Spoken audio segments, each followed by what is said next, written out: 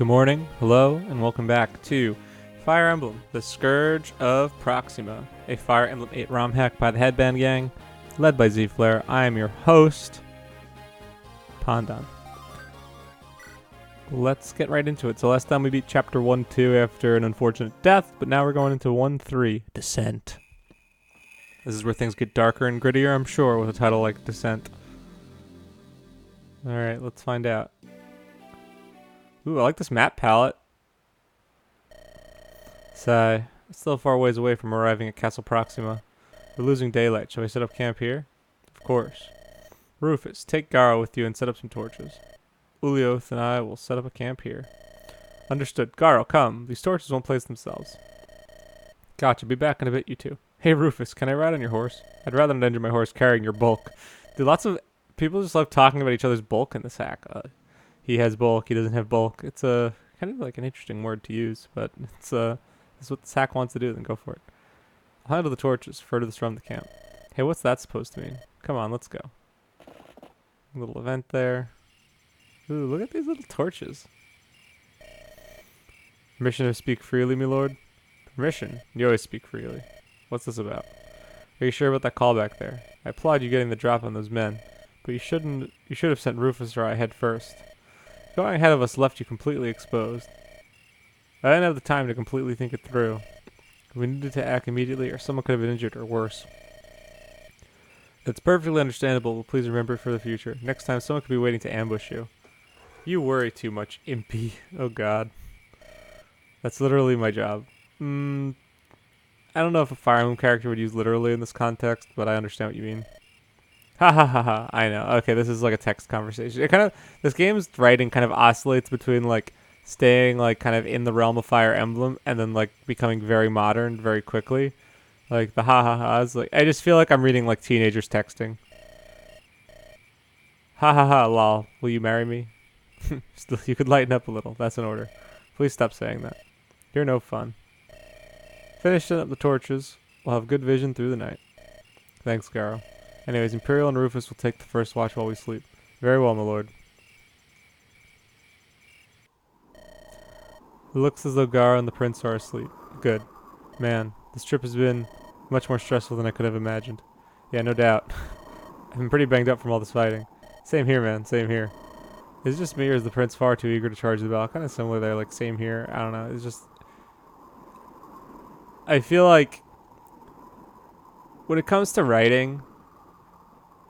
And this is something I've struggled with too, and I get that this is a first draft, but that's why I'm giving this feedback. It's like, it's kind of easy to like lose sense of tone when you're trying to like work through a plot and like work through a scene like for the first time. And it can be like, here's like this very Fire Emblem-y sounding, you know, choice of words and sentence structure, and then like it oscillates very much into like very modern stuff. And when you do both, right? So like if you're starting with something that like gives the impression that this is going to be a very like Fire Emblem-y, true to vanilla in terms of like tone, not like tone like in terms of like full story tone, but like tone in terms of like the writing and how like characters interact and just like the level, the type of words they use, the sort of interactions they may have, and you establish a sort of like true to Fire Emblem tone, but then you like use like a more like modern diction in your writing. It's just very disjointed and it makes it feel, I don't want to say lazy, but it just makes it feel like you didn't really think it through all the way as far as what you wanted to say in this particular case. I would definitely go back and just like scrub through some of these scenes where like things like become modern. I feel like it's one of those things where like you kind of need to commit for it to work. Like I'll point to the Heroes We Deserve as like an example of like the game has a very different tone. It establishes itself very quickly. Like this is not your mother's Fire Emblem game. It is very committed to like modern tone, modern humor, modern jokes. And it just stays in that realm entirely and only dives into more like Fire Emblem-y vernacular when it's poking fun at it and it's more satirical. I mean, it's a parody hack after all, right? So it commits to that and it works in that context. In this game, I'm assuming this is the 1-3. This is the 4th chapter. You know, that's enough time to establish tone, and just based on the content and the subject matter, it seems like you want this to be a serious hack. And if you want it to be a serious hack, you have to commit to the tonality in the writing. So I would just be mindful of that and go through and read some of these again and see like what is something that like just seems too modern or that I would feel out of place if I was like playing FE7 or something and I saw a character say that, would it feel weird or out of place? Like go through this exercise, read some more Fire Emblem scripts just to get some inspiration as far as how the characters interact. I feel like watching other Fire Emblem games get played or reading the scripts help me kind of figure out tonality and just like how should I make certain characters talk or interact or the types of words they'd use or the ways they would approach a sensitive topic. And that kind of helped inform my writing a bit. I'm not saying like I'm the best at this by any stretch of the imagination. Like I still have some issues with that. And I've kind of flip-flopped over like the year and a half I've been doing ROM hacking now as far as like what works for me. But my gut is that for the project that you're trying to make, that you want it to be serious, but there are times where it kind of like it cheapens the seriousness of your hack with certain like lines and certain interactions. So just something to keep in mind. Maybe it's humor that's just not landing with me, but I feel like you're trying to go for something kind of serious right now. And so I think you just need to double check all that. So that's just a bit of feedback on the writing in general. I didn't mean for this to be like a long tangent. What do you mean? I'm just hoping he's not getting cocky after 2 victories. Confidence is great, but bravado will get his men killed. Oh please, imp. You had some cocky moments back in the day yourself. How would you know? You were a snot-nosed teen back in the day. Boy, shove it. We were all snot-nosed teens at one point. I'm just messing with you, Rufus. Sir, look over there. Yeah, I see them. What are those guys doing? Uh-oh. It's Bat of the Swordmaster. Quickly get those torches down. The faster you put him out, the easier it'll be to ambush him. Sir, everyone, the target is here. The bounty on him wants him dead. Doesn't matter how we do it. Great. Of course, this has to happen now. Rufus, hold the perimeter. I'll get the prince out of nap time. Understood. Hey, wake up, Sleeping Beauty. We've got company. Similar to the Last Supper joke, like, does making an allusion to Sleeping Beauty help anything? Like, I don't know. I feel like this is one of those things that's, like, so baked into Western culture that, like, you could say it and people would just, like, use it as, like, a term for someone who's, like, well asleep.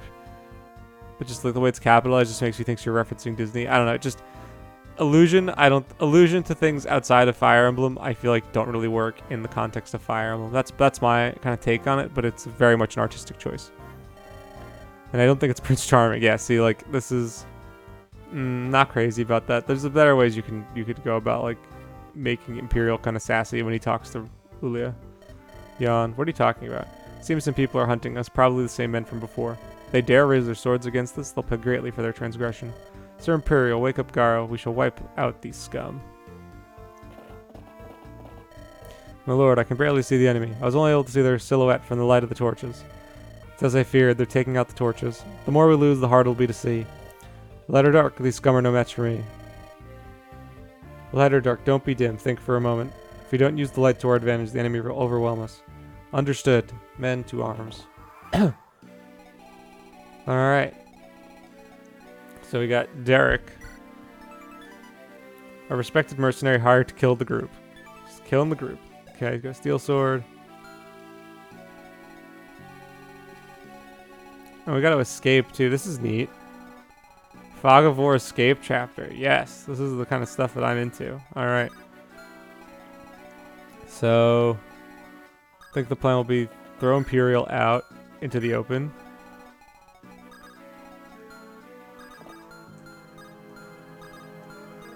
So...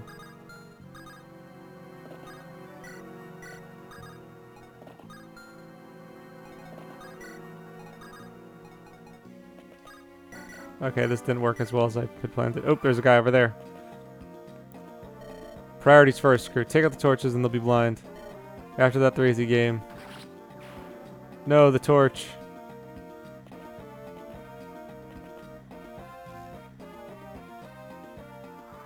This is cool conceptually. I really like this. I'm curious how it'll play out, but right now I'm super into this kind of thing.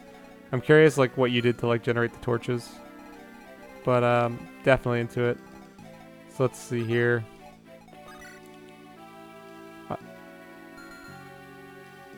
Is this even map music? I don't remember. Let's see. 20. Oh wait, you have... Okay, so... Yeah, we'll do this with Imperial.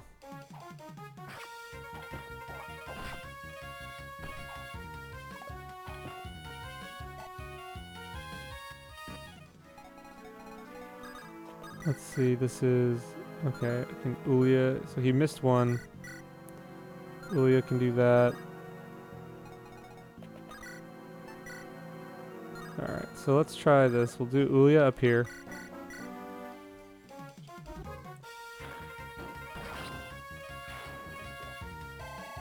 It would have been nice if Imperial made that kill, but whatever.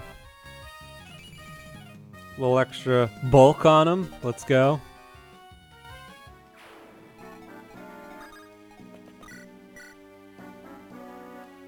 Okay, we'll get you up here. Ah!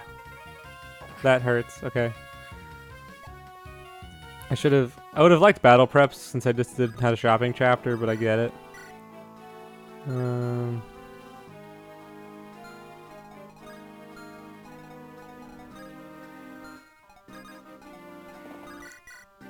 This could be problematic for Ulia because we missed so many times, but that's whatever. Would have been nice if we could have killed, but hey, that's how this goes. Okay, yeah, they're gonna go for the torch. Doesn't really matter right there. Definitely a cool premise. Let's see. Nice dodge. Does he double? No. Ulia. Alright. So we're gonna peel up Rufus.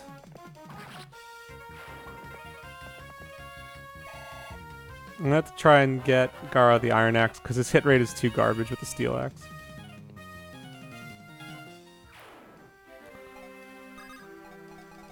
Okay, we will do a little fire. I should have bought a fire tome as well. I'm running pretty low. But I'm assuming we'll get something pretty soon.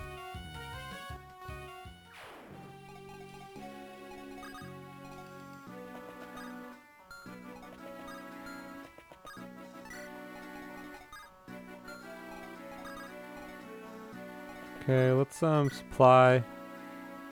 Take Iron Axe. We'll equip the Iron Axe. Alright, let's see what happens here. Oh, that was clutch. Let's see. Yeah, look at that 80. The hit rate is so much better now. And he doubles. What do you know about Garo, man? Garo just feels kind of like a walking strength stat. Kind of like reminds me of Atlas in that way, where it's like you just want him to hit stuff. Okay, let's see. So I want to keep pushing the pace. What does this guy drop? A red gem, that's nifty. Game definitely showers you in money, man.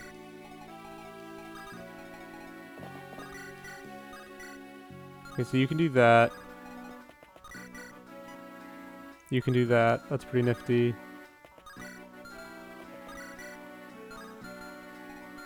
And then I'll put Ulia kind of like in the back, and then Imperial will deal with these two. I think that's probably the move. So let's do that. So we'll do Iron Sword.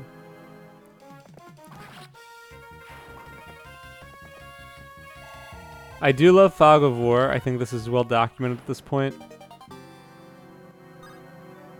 And I can appreciate this this project's approach to it with the little torches versus giving the player a torch. But I wonder, like, I don't know, I feel like I guess you don't really have enough. I really want like more units. I think has kind of been my overarching, like, come on, can we just get some more units? Like 3 and 4 units is just like it makes it tough for me in some respects. Let's see, so you got a sword. Yeah, let's just do this. I mean, Imperial is like as good as like 10 of these dudes. But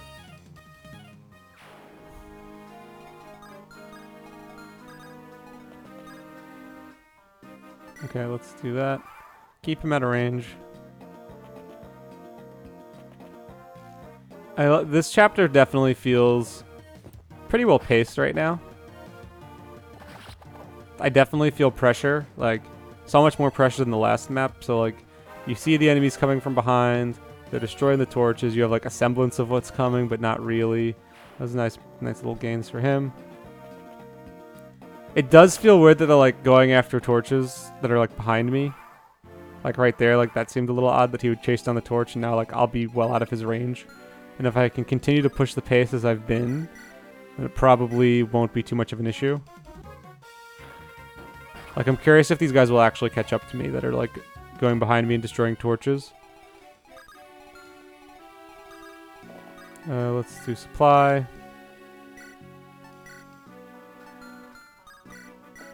Okay, I have a steel sword now. Let's use the iron one first.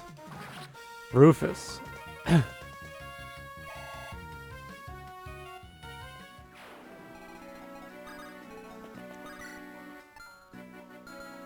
You're fine, Imperial, so you'll go here. Garo. Let's see, Garo's gonna need a heal, so we'll just heal him up real quick.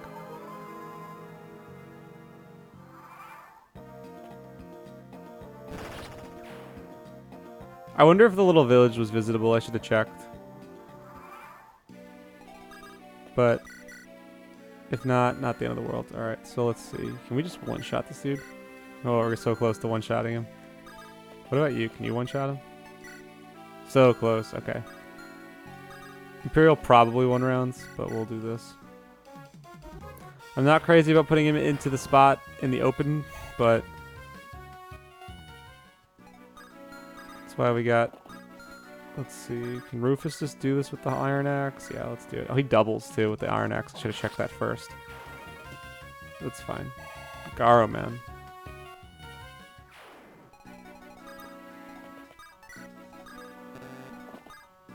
We'll keep you with the sword. I'm curious if the boss moves. Oh, does the boss move? Oh, the boss. Yes, he moves. Now I love stuff like this. Boss is emerging out of the shadows. Okay. Doesn't get doubled. Pretty nifty. Myrmidon in the shadows. I like it.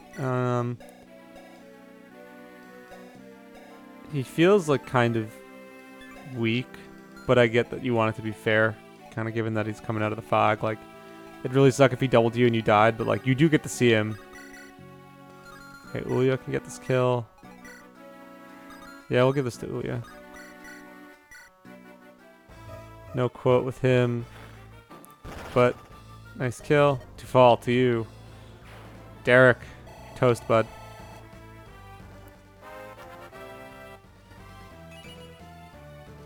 HP, okay.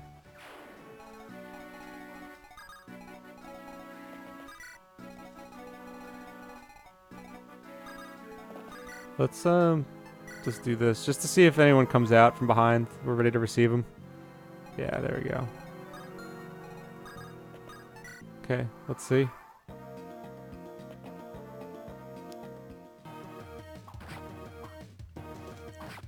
I feel like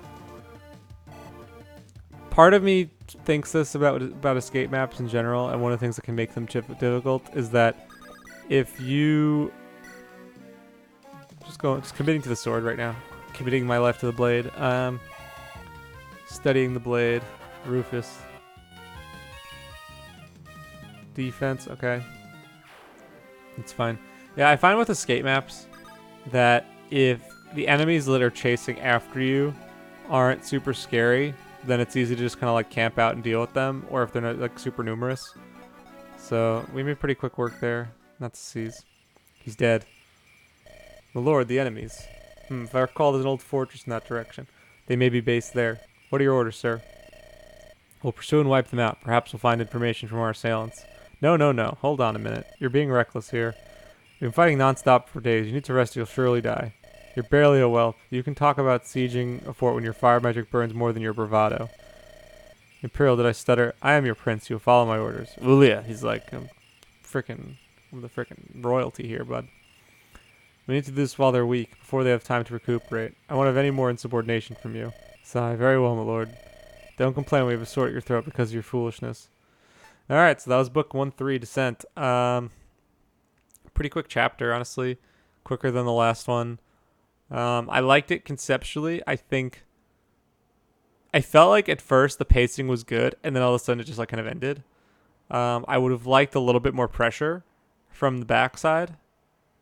I felt like I kind of was just able, because they got distracted by the torches at that point, like I was able to just push the pace and they didn't catch up to me.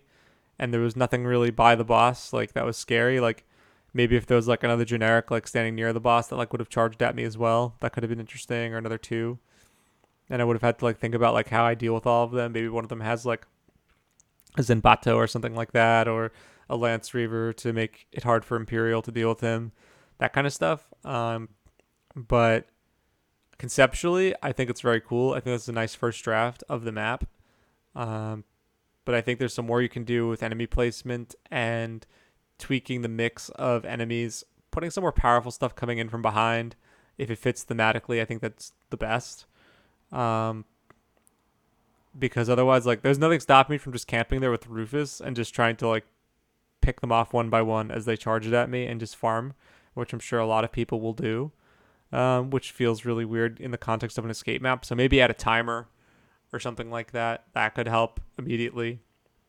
If not a timer, then just really powerful enemies that even Imperial will struggle to deal with coming up from the back.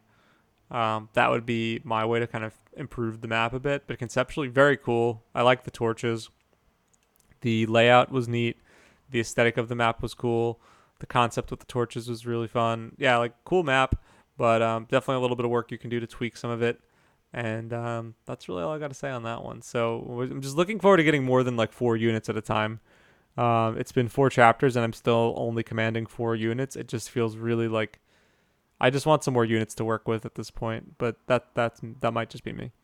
But I'm hoping we'll see more. So next we have book 1-4. So guys, thanks again for watching. My name is Pondan, and this is a Fire Emblem 8 romhack, Scourge of Proxima by the Headband Gang, led by Z-Flare. I'm your host, Pondan, and I'll see you guys next time for book 1-4, Header Hunted. Did I read that right? Hunter Hunted. Okay. All right. Until then, guys, I'll see you later.